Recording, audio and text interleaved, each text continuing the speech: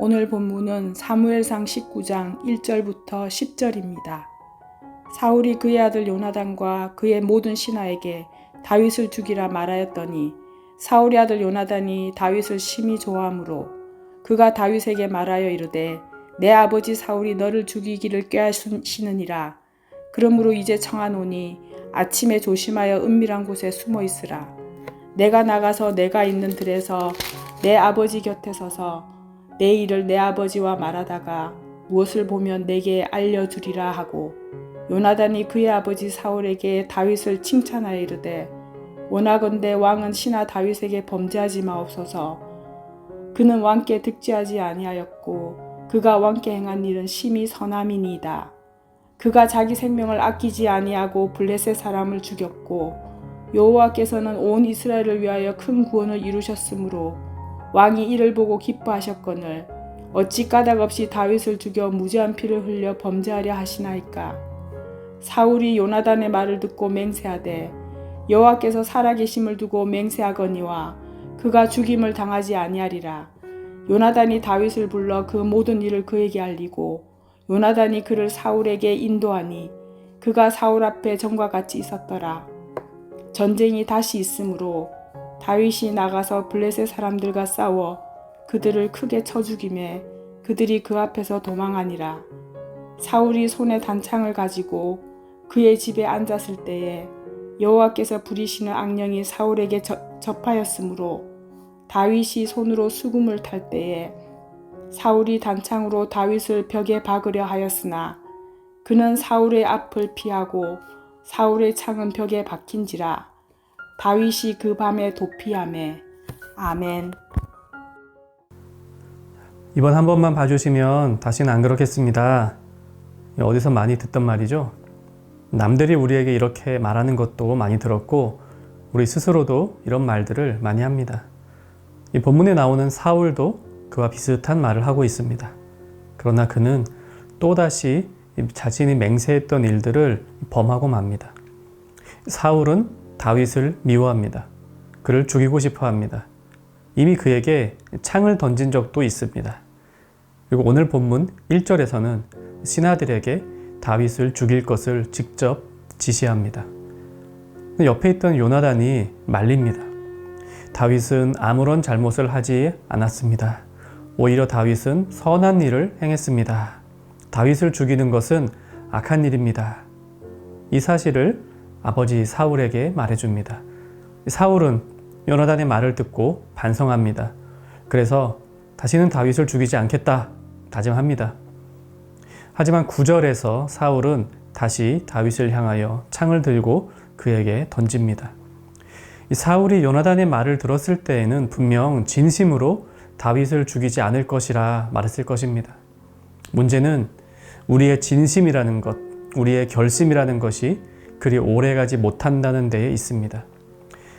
이 아들 요나단의 말에 자신의 과오를 뉘우치고 다윗을 미워하지 않으리라 마음 먹지만 그가 다윗을 미워하는 근본적인 원인이 사라지지 않는 한 문제는 해결되지 않습니다. 사울이 맨 처음 다윗을 왜 미워하기 시작했습니까?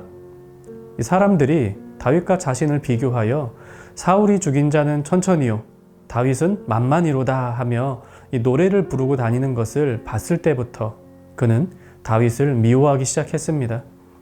질투와 열등감, 이 다윗을 미워하는 근본적인 원인입니다. 거기서부터 해방되지 않는 한 사울은 결심하고 또 결심해도 다시 넘어질 수밖에 없습니다. 아니나 다를까 8절에서 다윗이 블레셋과의 전쟁에 나가 다시금 큰 공을 세우고 오자 사울의 질투가 불같이 타올랐습니다. 그는 창을 들어 다윗을 향해 던졌습니다. 그 순간 요나단에게 했던 그 다짐, 그 약속은 기억나지 않았습니다. 사울은 치료가 필요했습니다. 이 다윗이 타는 수금이 사울의 치료에 도움이 되었습니다.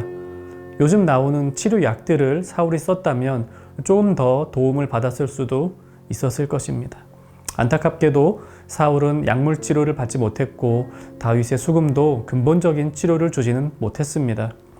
설령 좋은 약을 썼다 한들 그것이 문제를 단번에 없애주지는 못했을 것입니다.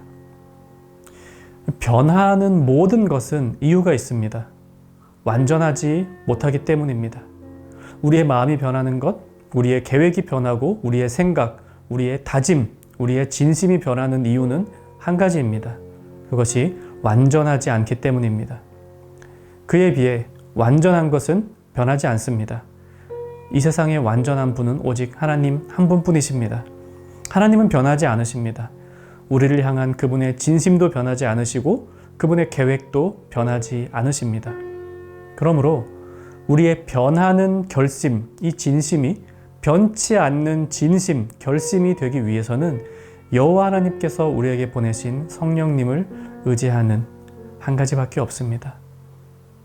이 무엇이 그분으로 하여금 변치 않는 진심을 갖게 하실까요? 우리를 향한 사랑입니다.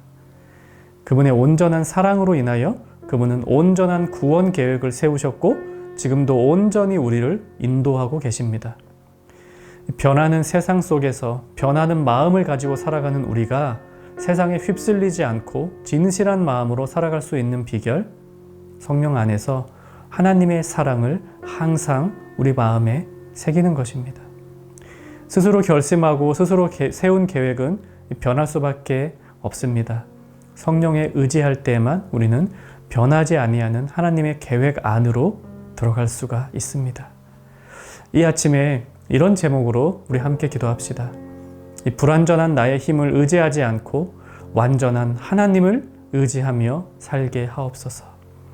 그리고 그 하나님의 사랑에 힘입어 내 이웃과 가족과 동료를 사랑하는 그런 삶을 오늘도 살게 하여 주옵소서.